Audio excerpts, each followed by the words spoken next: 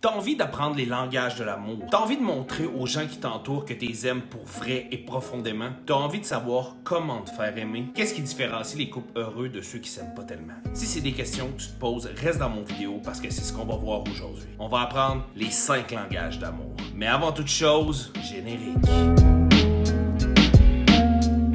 Salut tout le monde, j'espère que vous êtes en forme. C'est Charles de la chaîne Évolution, la chaîne où on veut devenir des meilleurs humains jour après jour, tout ça avec une dose d'humour. Si c'est pas déjà fait, je vous invite à mettre un like, vous abonner et mettre la cloche pour être sûr de rien manquer. N'oubliez pas de mettre dans les commentaires un sujet que vous aimeriez que j'aborde dans les prochaines vidéos.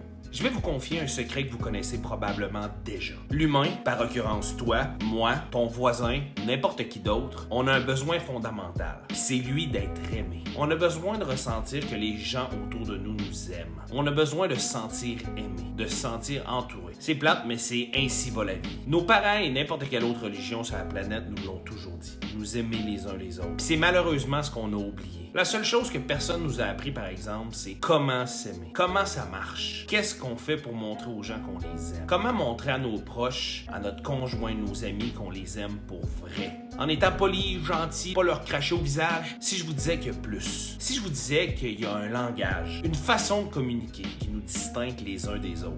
Un langage que les couples heureux et épanouis maîtriseraient plus que les autres. Eh bien, c'est pourtant ce que l'écrivain Gary Chapman nous apprend dans son livre Les 5 langages d'amour. Si pour toi, donner une claque dans le derrière de la tête de ta blonde quand elle fait pas la vaisselle, c'est un langage d'amour, je t'invite à écouter cette vidéo-là, parce qu'il est pour toi pis ça presse. Au début, je vous le donne, ça peut paraître cliché. Les 5 langages d'amour, ça a plus l'air du titre du prochain film de Ryan Gosling. Mais honnêtement, je l'ai lu, puis je dois vous dire que c'était pas mal intéressant. L'auteur nous explique qu'on a notre façon à nous d'exprimer l'amour, notre propre façon. Selon lui, depuis notre enfance, on aurait une espèce de réservoir à amour. Et pour être pleinement heureux, il faudrait qu'on le remplisse, ce réservoir-là. Tout ça par un des 5 langages d'amour. C'est aussi ce que feraient les couples qui fonctionneraient mieux que les autres, comme je vous ai mentionné tantôt. Tout simplement parce qu'ils partageraient le même langage d'amour. C'est comme aller en Chine puis parler chinois. Ça va être bien plus facile que si tu parles inuit. On va te le dire, si tu parles une autre langue que le chinois en Chine, pas grand chance que t'ailles bien. Et en couple, ça va faciliter votre compréhension. Puis on le sait, la base numéro 1 d'un couple, c'est quoi? La communication.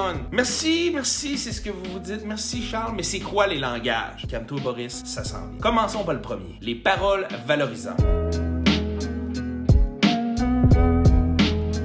Des gens qui adorent recevoir des compliments du genre « Wow, t'es hot! Wow, t'es vraiment bon dans ce que tu fais! Hey, sérieux, man, tu sens fucking bon! Wow, Monique, t'as donc ben des beaux cheveux! Ton brushing, tu l'as fait faire où? » Ça, c'est des gens qui ont pour langage d'amour les paroles valorisantes. En couple, c'est les gens qui préfèrent les « Je t'aime mon amour » à une petite caresse dans les cheveux. Avec les gens qui ont ce langage, il faut mettre en avant beaucoup plus le positif que le négatif. Il faut leur dire des compliments qui sont sincères. Pour eux, c'est la meilleure façon de leur faire comprendre à quel point ils comptent pour vous, à quel point ils sont importants dans votre cœur. Utilisez des paroles encourageantes, aimables et humbles. Le deuxième, les moments de qualité. Vous êtes du genre à aimer passer du temps avec votre partenaire, ami, chien, chat. Je veux dire, vous préférez être avec la personne que vous aimez plutôt qu'être sur votre téléphone. C'est des gens qui, pendant qu'ils sont avec vous, vont vous accorder une attention incroyable, une attention totale. Pas juste s'asseoir aux côtés de vous, à regarder la TV puis vous dire « Ouais, donc ben le fun, qu'on écoute là. » Non. Les moments de qualité représentent aussi le fait de se regarder dans les yeux, s'écouter, se promener, faire des activités ensemble. Peu importe que ce soit votre langage d'amour ou non, les moments de qualité sont importants dans la vie. Surtout dans une vie de couple. Pas juste le fait que vous soyez ensemble physiquement, mais aussi mentalement et émotionnellement. Le troisième, les cadeaux.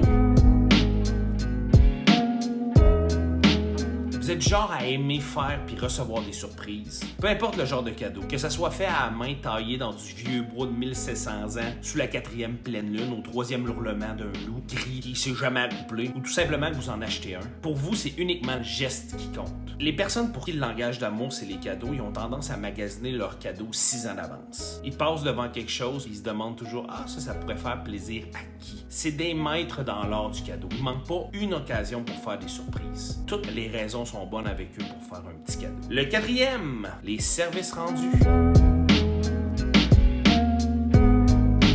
C'est des gens qui aiment qu'on fasse certaines choses pour eux pour leur rendre la vie plus facile. Genre les aider à faire la vaisselle, le ménage, un déménagement, se laver le dos. D'ailleurs, c'est souvent les premiers à se proposer pour vous aider, peu importe c'est quoi. C'est un langage qui aime les services qui exigent certains investissements de votre part. Une demande qui peut vous demander de l'énergie et des choses qui sont pas toujours agréables à faire, comme un déménagement, c'est plate en calvaire, ou laver les couches d'un bébé sale. Des fois, les services peuvent paraître vraiment anodins pour certains, mais ceux qui sont sensibles à ce langage vont en être énormément reconnaissants. Le cinquième et le dernier, le toucher physique.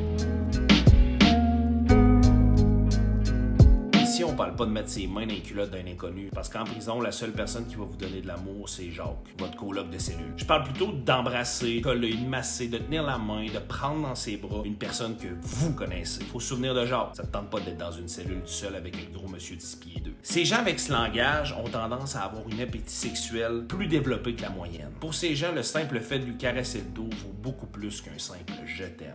C'est des personnes qui aiment toucher puis qui aiment être touchées. Ça, c'était les 5 langages d'amour. Faut se souvenir qu'on a toute notre façon à nous d'être aimés. Cependant, chaque langage a son moment. Je veux dire, si vous êtes en train de faire l'amour, pas le temps de donner des mitaines en laine que vous y avez tricotées. Comme à contrario, aller au restaurant, ça serait pas le temps de se lancer dans des coïts bestiaux. Ça serait un peu malaisant. Probablement que vous aimeriez connaître votre langage. C'est simple, je vais mettre dans la description un test qui peut vous guider sensiblement sur quel est votre langage d'amour. Si vous avez aimé, je vous invite encore une fois à liker mon vidéo, partager, ça me fait super plaisir. Mettez dans les commentaires c'est quoi votre langage d'amour, quel sujet vous aimeriez que j'aborde dans les prochaines vidéos. Puis tout simplement, je vous souhaite une belle fin de journée. Peace, love, on se revoit pour une prochaine vidéo.